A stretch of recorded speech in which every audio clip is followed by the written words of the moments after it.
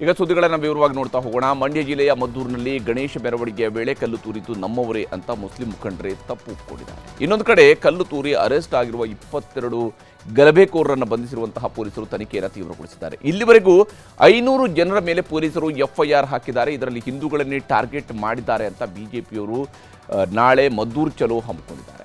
ಶಾಂತಿ ಕದಡುವ ಪ್ರಯತ್ನ ಅಂತಿರುವಂತಹ ಸರ್ಕಾರ ನಾಳೆ ಭದ್ರತೆಯನ್ನು ಹೆಚ್ಚಿಸಿದೆ.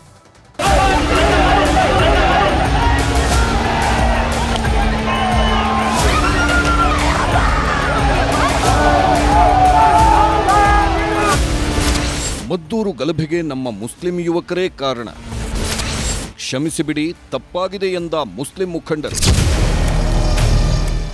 ನಾವು ಸುಳ್ಳು ಹೇಳೋದಿಲ್ಲ, ನಮ್ಮವರೇ ಕಲ್ಲು ಹೊಡೆದಿದ್ದು, ನಮ್ಮ ಮುಸ್ಲಿಂ ಸಮುದಾಯದವರೇ ಗಣೇಶನ ಮೆರವಣಿಗೆ ಮೇಲೆ ಕಲ್ಲು ತೂರಿದ್ದು, ಕ್ಷಮಿಸಿಬಿಡಿ, ತಪ್ಪಾಗಿದೆ. ಇದು ನ್ಯೂಸ್ 18 ಮುಂದೆ ಮಂಡ್ಯದ ಜಾಮಿಯಾ ಮಸೀದಿ ಕಮಿಟಿ ಅಧ್ಯಕ್ಷ ಹಾಗೂ ಮುಸ್ಲಿಂ ಮುಖಂಡ ಆದಿಲ್ ಅಲಿಖಾನ್ ಹೇಳಿದ ನಿಜಾಂಶ. ಸೊ ಮಂಡ್ಯದ ಮದ್ದೂರಿನಲ್ಲಿ ಕಲ್ಲು ತೂರಿದ್ದು ನಮ್ಮ ಹುಡುಗರೇ ಅಂತ ಮುಸ್ಲಿಂ ಮುಖಂಡರೇ ಒಪ್ಪಿಕೊಂಡಿದ್ದಾರೆ. ಮದ್ದೂರಲ್ಲಿ ಶಾಂತಿ ನೆಲೆಸಬೇಕು ಅಂತಾನೂ ಮನವಿ ಮಾಡಿದ್ದಾರೆ. ಇದು ತುಂಬ ನೋವಿನ ಸಂಗತಿ. ಇದು ಇಲ್ಲಿ ಯಾವಾಗಲೂ ಯಾವುದೇ ಕಾರಣಕ್ಕೂ ಹಿಂದೂ ಮುಸ್ಲಿಂ ಜಗಳ ಆಗದ್ದೇ ಇಲ್ಲ. ಇಂಥ ಸನ್ನಿವೇಶದಲ್ಲಿ ಈ ರೀತಿ ಆಗಿರೋದು ತುಂಬ ದುಃಖದ ವಿಚಾರ. ಇದು ನಮ್ಮ ಕೋಮಿನ ಜನರಿಂದನೇ ಮೊದಲೇ ಪ್ರಾರಂಭ ಆಗಿದೆ, ನಂತರ ಬೇರೆ ಬೇರೆ ಕಾರಣಕ್ಕೆ ಬೇರೆ ಥರ ಆಗಿದೆ. ಆದರೆ ಮೂಲವಾಗಿ ನಾವು ಇದಕ್ಕೆ ಕಾರಣಕರ್ತರಾಗಿದ್ದೀವಿ. ನಾವು ಎಲ್ಲರೂ ನಮ್ಮ ಮುಸ್ಲಿಮರ ಪರವಾಗಿ ಈ ಘಟನೆ ಬಗ್ಗೆ ವಿಷಾದ ವ್ಯಕ್ತಪಡಿಸುತ್ತಾ ಈಗ ಆಗಿರುವಂಥ ತಪ್ಪಿಗೆ ಕ್ಷಮೆನೂ ಕೇಳ್ತೀವಿ ಸರ್. ಬೇಕಾದ್ರೆ ನಾವು ಮೊನ್ನೆ ರಾತ್ರಿ ಗಣೇಶ ವಿಸರ್ಜನೆ ವೇಳೆ ಆದ ಕಲ್ಲು ತೂರಾಟ, ಅದನ್ನು ವಿರೋಧಿಸಿ ನಿನ್ನೆ ನಡೆದ ಪ್ರತಿಭಟನೆ, ನಂತರ ಪೊಲೀಸರು ಆಕ್ಷನ್ಗೆ ಇಳಿದಿದ್ರು. ಇದರ ನಡುವೆಯೇ ಇಂದು ಮದ್ದೂರಿನಲ್ಲಿ ಸ್ವಯಂ ಪ್ರೇರಿತ ಬಂದ್ಗೆ ಕರೆ ನೀಡಲಾಗಿತ್ತು. ಬೆಳಿಗ್ಗೆಯಿಂದಲೇ ಅಂಗಡಿ ಮುಂಗಟ್ಟುಗಳಿಗೆ ಬಾಗಿಲು ಹಾಕಲಾಗಿತ್ತು.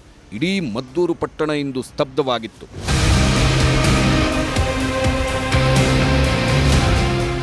ಬಂದ್ ಶಾಂತಿಯುತವಾಗಿ ನಡೆದರೂ ಮದ್ದೂರು ಬೂದಿ ಮುಚ್ಚಿದ ಕೆಂಡದಂತೆಯೇ ಬಿಸಿಯಾಗಿದೆ. ಮೊನ್ನೆ ಕಲ್ಲು ತೂರಾಟ ಸಂಬಂಧಿಸಿದಂತೆ 22 ಜನರನ್ನ ಬಂಧಿಸಿದ್ದ ಪೊಲೀಸರು ನಿನ್ನೆ ಪ್ರತಿಭಟನೆ ನಡೆಸಿ ಪೊಲೀಸರ ಬಂದೋಬಸ್ತ್ ಧಿಕ್ಕರಿಸಿದ್ದಕ್ಕಾಗಿ 500 ಮಂದಿಯ ವಿರುದ್ಧ ಕೇಸ್ ದಾಖಲಿಸಿದ್ದಾರೆ. ಜಿಲ್ಲಾ ಉಸ್ತುವಾರಿ ಸಚಿವರಿಂದ ಶಾಂತಿ ಸಭೆ, ಹಿಂದೂ ನಾಯಕರು ಬಿಜೆಪಿ ನಾಯಕರು ಗೈರು.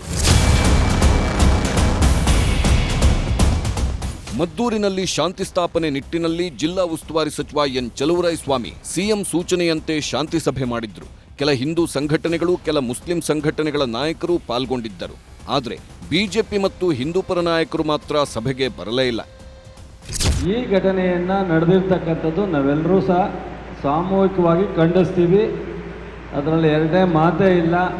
ಈ ಘಟನೆ ಯಾರು ತಪ್ಪು ಮಾಡಿದ್ರು ಅವ್ರ ಮೇಲೆ ಶಿಸ್ತಿನ ಕ್ರಮ, ಅವರನ್ನು ಏನು ತನಿಖೆ ಮಾಡಬೇಕು, ಅವ್ರ ಮೇಲೆ ಹೆಚ್ಚಿನ ಕ್ರಮ ಏನಾಗಬೇಕು ಅದು ಆಗುತ್ತೆ.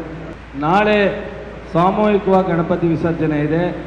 ಕೆಲವರು ಕಡಿಮೆ ಇದೆ, ಇನ್ನೂ ಹೆಚ್ಚಿನ ಗಣಪತಿ ತರಲಿಕ್ಕೆ ಹಳ್ಳಿ ಕಡೆಯಿಂದ ಪ್ರಯತ್ನ ಮಾಡ್ತಾ ಇದ್ದಾರೆ, ಹೊಸ ಗಣಪತಿಗಳ ತರಕ್ಕೆ ಪ್ರಯತ್ನ ಮಾಡ್ತಾ ಇದ್ದಾರೆ ಅಂತಾರೆ. ನನಗೆ ಅದರ ಬಗ್ಗೆ ಯಾಕೆ ಅದನ್ನು ಹೆಚ್ಚು ಪ್ರಯತ್ನ ಮಾಡ್ತಾರೆ ಅನ್ನೋದ್ರ ಬಗ್ಗೆ ನಾನು ಚರ್ಚೆ ಮಾಡೋಕ್ಕೆ ಹೋಗಲ್ಲ. ಈ ಮಧ್ಯೆ ಮದ್ದೂರಿನಲ್ಲಿ ಗಲಭೆ ಪೂರ್ವನಿಯೋಜಿತ ಕೃತ್ಯನ, ಕಲ್ಲು ತೂರಾಟಕ್ಕೆ ಮೊದಲೇ ಸ್ಕೆಚ್ ಹಾಕಲಾಗಿತ್ತ ಎಂಬ ಅನುಮಾನಗಳು ಇದೀಗ ಮೂಡಿವೆ. ಅದಕ್ಕೆ ಪೂರಕವಾದಂಥ ಒಂದಷ್ಟು ಎಕ್ಸ್ಕ್ಲೂಸಿವ್ ಅಂಶಗಳು ನ್ಯೂಸ್ 18ಗೆ ಸಿಕ್ಕಿದೆ. ಗಣೇಶ ಮೆರವಣಿಗೆ ಮೇಲೆ ಮೊದಲು ಕಲ್ಲು ತೂರಿ ಬಂದಿದ್ದು ಮುಸ್ಲಿಂ ಗುಂಪಿನಿಂದ ಅಂತ ಹೇಳಲಾಗ್ತಿದೆ. ಗಣೇಶ ಮೆರವಣಿಗೆ ಸಹಿಸದೆ ಮುಸ್ಲಿಂ ಯುವಕರ ಗುಂಪು ಕಲ್ಲು ತೂರಿರುವುದು ಬೆಳಕಿಗೆ ಬಂದಿದೆ. 5-6 ಮುಸ್ಲಿಂ ಯುವಕರ ಗುಂಪು ಮೊದಲೇ ಪ್ಲಾನ್ ಮಾಡಿಕೊಂಡು ಈ ಕೆಲಸ ಮಾಡಿದೆ. ಮದ್ದೂರು ಗಲಭೆಯ ಕಿಂಗ್ ಪಿನ್ ಚನ್ನಪಟ್ಟಣ ಮೂಲದ ಇರ್ಫಾನ್ ಗಣೇಶ ಮೆರವಣಿಗೆ ಸಹಿಸದೆ ಇರ್ಫಾನ್ನನ್ನ ಪ್ರಚೋದಿಸಿದ್ದನಂತೆ ಸ್ನೇಹಿತ ಜಾಫರ್.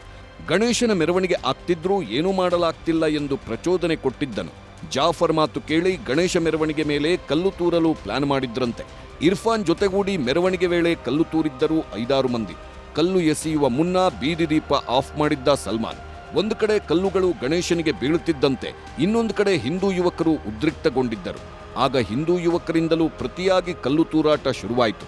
ಮಸೀದಿಯಿಂದ ಕಲ್ಲು ತೂರಿದ್ದಾರೆಂದು ಭಾವಿಸಿ ಪ್ರತಿದಾಳಿಯಾಯಿತು. ಕೆಲಕಾಲ ಎರಡೂ ಕೋಮುಗಳ ಯುವಕರ ನಡುವೆ ಸಂಘರ್ಷವಾಗಿತ್ತು. ಅಷ್ಟೊತ್ತಿಗಾಗಲೇ ಕಲ್ಲು ಎಸೆದು ಎಸ್ಕೇಪ್ ಆಗಿತ್ತು ಇರ್ಫಾನ್ ಅಂಡ್ ಟೀಮ್. ಆದರೆ ಎಸೆದ ಕಲ್ಲುಗಳು ಮಸೀದಿ ಕಡೆಯಿಂದ ಬಂದಿದ್ದಲ್ಲ, ಪಕ್ಕದ ರಸ್ತೆ ಕಡೆಯಿಂದ ಅನ್ನೋದು ಪೊಲೀಸರ ಸ್ಪಷ್ಟನೆ. ಸದ್ಯಕ್ಕೆ ನಾವು ನಮ್ಮ ಎವಿಡೆನ್ಸಸ್ ನೋಡಿದ ಪ್ರಕಾರ ಒಳಗಡೆಯಿಂದ ಬಂದಿರೋ ಬಗ್ಗೆ ಯಾವುದೂ CCTV ಸಿಕ್ಕಿಲ್ಲ. ಬಟ್ ಪಕ್ಕದ ರೋಡಿಂದ ಕಲ್ಲು ಬಂದಿರೋದು ಕನ್ಫರ್ಮ್ ಇದೆ. ಬಿಜೆಪಿಯಿಂದ ನಾಳೆ ಮದ್ದೂರು ಚಲೋ.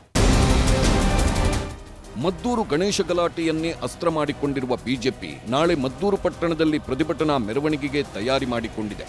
ಕಲ್ಲು ತೂರಿದ ಸ್ಥಳಕ್ಕೆ ಭೇಟಿ ನೀಡಲಿರುವ ನಾಯಕರು ಗಾಯಾಳುಗಳಿಗೆ ಸಾಂತ್ವನ ಹೇಳಲಿದ್ದಾರೆ. ದೊಡ್ಡ ಮಟ್ಟದ ಹೋರಾಟದ ಮೂಲಕ ಸರ್ಕಾರಕ್ಕೆ ಬಿಸಿ ಮುಟ್ಟಿಸಲು ಬಿಜೆಪಿ ಪ್ಲಾನ್ ಮಾಡಿಕೊಂಡಿದೆ. ಪ್ರಕರಣದ ಸತ್ಯಾಸತ್ಯತೆ ತಿಳಿಯಲು ಸತ್ಯಶೋಧನಾ ತಂಡವನ್ನು ರಚಿಸಿದ್ದು 1 ವಾರದೊಳಗೆ ವರದಿ ಸಲ್ಲಿಸಲು ಸೂಚನೆ ನೀಡಲಾಗಿದೆ. ಬಿಜೆಪಿಯ ಮದ್ದೂರು ಹೋರಾಟವನ್ನ ಕಟುವಾಗೇ ಟೀಕಿಸಿದೆ ಕಾಂಗ್ರೆಸ್. ಸಮಾಜದಲ್ಲಿ ಘರ್ಷಣೆಗಳಿಗೆ ಪ್ರಚೋದನೆ ಮಾಡಿ ನೆಮ್ಮದಿ ಕೆಡಿಸುವುದೇ ಬಿಜೆಪಿ ಕೆಲಸ ಎಂದು ಸಿಎಂ ಸೇರಿದಂತೆ ಎಲ್ಲಾ ನಾಯಕರು ಟಾಂಗ್ ಕೊಟ್ಟಿದ್ದಾರೆ. ಸರ್ಕಾರ ನಡೆಸ್ತಾ ಇದ್ದಾರೆ, ಇವ್ರ ಯೋಗ್ಯತೆ ಸರಿಯಾದ ರೀತಿ ಕಾನೂನು ಸುವ್ಯವಸ್ಥೆ ಕಾಪಾಡಬೇಕು, ಹಿಂದೂಗಳ ರಕ್ಷಣೆ ಮಾಡಬೇಕಾಗಿರ್ತಕ್ಕಂಥದ್ದು ಇದು.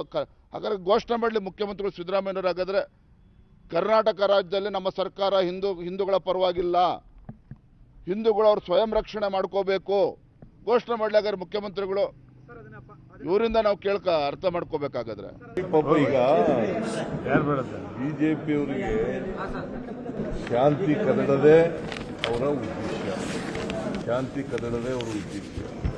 ಮದ್ದೂರಿನಲ್ಲಿ ಹೀಗೆ ಗಣೇಶ ಗಲಾಟೆ ನಡೆಯುತ್ತಿದ್ರೆ ಮತ್ತೊಂದು ಕಡೆ ತರೀಕೆರೆ ಹಾಗೂ ಭದ್ರಾವತಿಯಲ್ಲಿ ಇದೀಗ ವಿವಾದಗಳು ಭುಗಿಲೆದ್ದಿವೆ.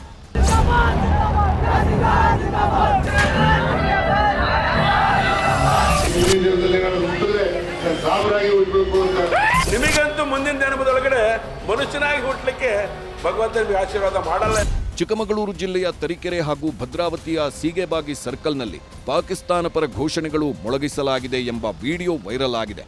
ಗುಂಪಿನಲ್ಲಿ ಘೋಷಣೆ ಕೂಗುತ್ತಿದ್ದಾಗಲೇ ಪಾಕಿಸ್ತಾನ ಪರವಾಗಿ ಘೋಷಣೆ ಕೂಗಿದ್ದಾರೆ ಎನ್ನುವ ಆರೋಪ ಜೋರಾಗಿದೆ. ಈ ಘಟನೆಗೆ ಸಂಬಂಧಿಸಿದಂತೆ ಈಗಾಗಲೇ ಪೊಲೀಸರು ಪ್ರಕರಣ ದಾಖಲಿಸಿಕೊಂಡು ತನಿಖೆ ಆರಂಭಿಸಿದ್ದಾರೆ. ಇದರ ನಡುವೆ ಭದ್ರಾವತಿ ಶಾಸಕ ಸಂಗಮೇಶ್ ಮುಂದಿನ ಜನ್ಮ ಏನಾದರೂ ಇದ್ರೆ ಮುಸ್ಲಿಮನಾಗಿಯೇ ಹುಟ್ಟಬೇಕು ಎಂದು ಮನದಾಸೆಯನ್ನ ಬಿಚ್ಚಿಟ್ಟಿದ್ದಾರೆ. ಮುಸ್ಲಿಮಾನ್ ಬಾಂಧವರೇ, ಇವತ್ತು 4 ಬಾರಿ ಶಾಸಕರಾಗಿ ನಿಮ್ಮ ಮುಂದೆ ಮಾತಾಡ್ತಾ ಇದ್ದೇವೆ. ಅದಕ್ಕೆ ಮೂಲ ಕಾರಣ ನನ್ನ ಪ್ರೀತಿಯ ಮುಸ್ಲಿಂ ಬಾಂಧವರಿಗೆ ನಮ್ಮ ಮಗ ಗಣೇಶ್ಗೆ ನೀವೆಲ್ಲರೂ ಆಶೀರ್ವಾದ ಮಾಡಬೇಕು. ಕಾಂಗ್ರೆಸ್ ಪಕ್ಷಕ್ಕೆ ಆಶೀರ್ವಾದ ಮಾಡಬೇಕು. ಕಾಂಗ್ರೆಸ್ ಪಕ್ಷ ಯಾವತ್ತೂ ನಿಮ್ಮ ಮುಸ್ಲಿಂ ಬಾಂಧವರ ಪರವಾಗಿ ಇರುತ್ತೆ.